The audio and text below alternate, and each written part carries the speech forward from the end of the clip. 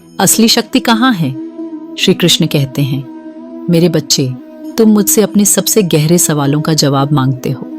मेरे बच्चे, तुम मुझ पर अपने पूरे दिल से विश्वास करते हो, लेकिन जब तुम अपनी राह पर चलते हो तो तुम्हें पता चलता है कि यह सीधी नहीं है। हर मोड़ पर एक नया डर, एक नई शंका तुम्हारा इंतजार करती है। जब तुम हिम्मत दिखाने की कोशिश करते हो तो तुम्हें लगता है कि तुम बस एक रेत के कण हो जो तेज हवा में कहीं खो जाएगा। जब तुम अपनी जिंदगी की कहानी लिखना चाहते हो तो तुम्हें लगता है कि तुम्हारे शब्द कमजोर पड़ रहे हैं। और जब तुम अपनी सबसे बड़ी जीत के करीब होते हो तभी हार का डर तुम्हें जकड़ लेता है। तुम कमजोर नहीं हो, न ही तुम में कोई कमी है। तुम बस अपनी यात्रा के अगले कदम पर हो।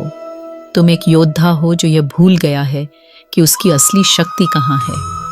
तुम मुझसे पूछते हो, कृष्ण, मैं अपने डर पर कैसे जीत पाऊं जब मैं ही खुद में खो गया हूं? तो चलो, मैं तुम्हें बताता हूं कि असली जीत क्या है। जीत का मतलब यह नहीं कि तुम हर बाधा को तोड़ दो। जीत का मतलब है अपनी आत्मा पर जमे उस संदेह की परत को हटाना। सोचो, तुम्हारा जीवन एक नदी की तरह है। जब उस पर बाहरी सोच, लोगों की राय और असफलताओं का कूड़ा जमा हो जाए तो चाहे तुम कितनी भी कोशिश करो, उसका बहाव रुक जाता है। तुम्हें उस नदी से लड़ने की जरूरत नहीं, बस उस कचरे को प्यार से हटाओ, बिना किसी निराशा के, बिना किसी शिकायत के। तुम मुझसे पूछते हो, मैं इतना अकेला क्यों महसूस करता हूँ? क्योंकि दुनिया तुम्हें शोर में डुबो देती है। मेरे बच्चे, शोरगुल, लोगों की बातें और तुम्हारे खुद के डर तुम्हें 100 दिशाओं में खींच ले जाते हैं। लेकिन तुम्हारा अकेलेपन तुम्हारी कमजोरी नहीं, बल्कि यह तुम्हारे अंदर के शांति की पुकार है। इसलिए मैंने भगवद गीता में कहा था, अपनी आत्मा के भीतर झांको, मैं वहां हूं। मैंने कभी नहीं कहा कि बाहर की दुनिया शांत होगी। मैंने कहा, अपनी अंदर की दुनिया को शांत रखो, वही तो असली जीत है। सबसे महान संत भी इसे अभ्यास करते थे। तुम पीछे नहीं हो, तुम बस अभी अपनी यात्रा शुरू कर रहे हो। अब चलो, मैं तुम्हारे उस हिस्से से बात करता हूं जो थक गया है, जो अकेला महसूस करता है। हाँ, तुम्हें लगता है कि तुम अकेले हो।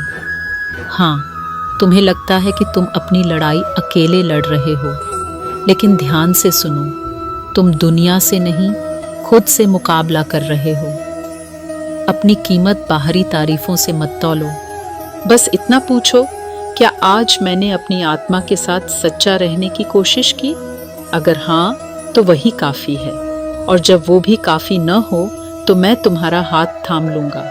और रही बात अकेलेपन की, तुम इसलिए अकेला महसूस करते हो क्योंकि तुमने कभी ठहर कर मुझे महसूस ही नहीं किया। मैं तुम्हारी परछाई से भी करीब हूँ। जब तुम अपने टूटे हुए सपनों को फिर से जोड़ने का फैसला करते हो तो वही तो मैं हूँ तुम्हारे अंदर। तो अगली बार जब तुम किसी नई चुनौती का सामना करो तो डर से नहीं, एक प्रार्थना से शुरू करो। कृष्ण, इस यात्रा में मेरे साथ रहना। सिर्फ 5 मिनट की शांति मेरे साथ उन घंटों से ज्यादा कीमती है जो तुमने डर और शंका में बिताए। तो तुम्हारा संघर्ष तुम्हारी हार नहीं है। तुम्हारा अकेलापन तुम्हें कमजोर नहीं बनाता। और जब तक तुम्हारा दिल मुझे याद करता है, तब तक तुम आशाहीन नहीं हो। अपनी यात्रा को अपनी भक्ति बनाओ, अपने संघर्ष को एक प्रेम बना दो। और जब तुम्हारा मन डगमगाने लगे तो मुझे अपना सहारा बना लो। तुम असफल नहीं होगे, क्योंकि तुम्हारा गिरना भी मेरे हाथों में संभाल लिया गया है। अब अपनी हिम्मत को समेटो, अपनी राह पर चलो और फिर से शुरू करो। जीत के लिए नहीं, मेरे लिए। मैं हमेशा तुम्हारे साथ हूँ।